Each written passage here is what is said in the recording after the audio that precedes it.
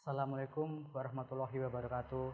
Alhamdulillahirabbil alamin wassalatu wassalamu asrofil anbiya'i wal mursalin wa ala alihi washabbihi ajmain. Amma ba'du.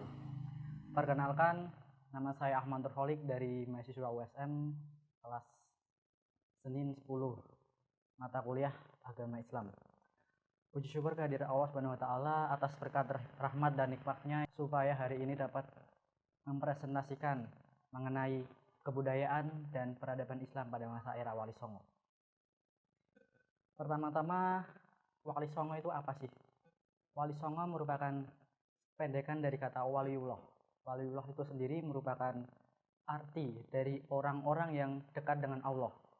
Hal itu disebutkan dalam Quran surah Yunus ayat 62 sampai 63 yang berbunyi alla inna auliya alaihi la khaufun alaihim walahum yahzanun, yang berarti wali Allah tidak memiliki rasa takut dan rasa sedih di dalam hatinya. Kemudian dilanjutkan dengan surat Quran surah Yunus ayat 63 yang berbunyi allazina amanu wa kanu yattaqun. Artinya orang-orang yang terpilih yang mendapat gelar waliullah. Kemudian Wali Songo tersendiri juga berarti Songo. Songo itu dalam bahasa Jawa berarti 9. 9 di sini mengacu pada 9 wali yang bertugas untuk berdakwah kepada Islam. Di antaranya adalah Sunan Gresik. Sunan Gresik ini memiliki nama lain Malik Ibrahim. Beliau dengan kecerdasannya berdakwah dengan menggunakan perdagangan dan secara politik. Kemudian ada Sunan Ampel. Sunan Ampel itu sendiri nama aslinya adalah Raden Rahmat. Beliau menggunakan strategi dakwah menggunakan dai. Jadi dia merekrut para murid untuk dijadikan dai, kemudian untuk menikahkan para dai tersebut kepada orang-orang lain untuk menyebarkan agama Islam. Kemudian yang ketiga adalah Sunan Kudus. Sunan Kudus bernama asli Ja'far Shadiq. Ja'far Shadiq itu beliau berdakwah dengan kebutuhan sehari-hari seperti misalnya kerajinan emas ataupun senjata keris. Kemudian yang keempat adalah Sunan Giri. Sunan Giri nama lainnya adalah Muhammad Ainul Yakin. Beliau ini menggunakan strategi dakwah dengan cara pendidikan akhlak. Kemudian ada Sunan Gunung Jati. Sunan Gunung Jati memiliki nama asli yaitu Syarif Hidayatullah.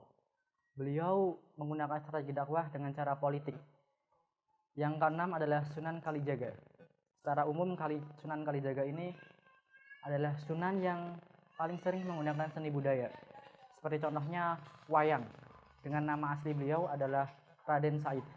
Disusul dengan putranya yang bernama Sunan Muria. Beliau juga menggunakan seni, tetapi di sini dia menggunakan seni gamelan, boneka, dan sebagainya. Yang kedelapan adalah Sunan Bonang. Sunan Bonang memiliki nama asli Raden Maulana Malik Ibrahim. Beliau merupakan seorang wali dan menggunakan strategi dakwah dengan cara bonang seperti namanya. Maka dari itu dia disebut dengan Sunan Bonang. Untuk yang terakhir adalah Sunan Derajat. Beliau disebut dengan alias nama aslinya adalah Raden Qasim. Beliau ini menggunakan strategi dakwah dengan cara pendidikan akhlak kepada masyarakat. Kemudian para wali ini sampai sekarang sudah menjadi bagian dari kebudayaan Islam di tanah Jawa. Beliau ini para leluhur kita sering mengajarkan seni budaya, tetapi dengan ciri khas beliau menggunakan istilah-istilah Islam dalam menerangkan dakwahnya. Kemudian bisa juga disebut sebagai pelopor atau orang yang pertama mengislamkan tanah Jawa. Oleh karena itu, beliau ini setelah wafat, beliau masih tetap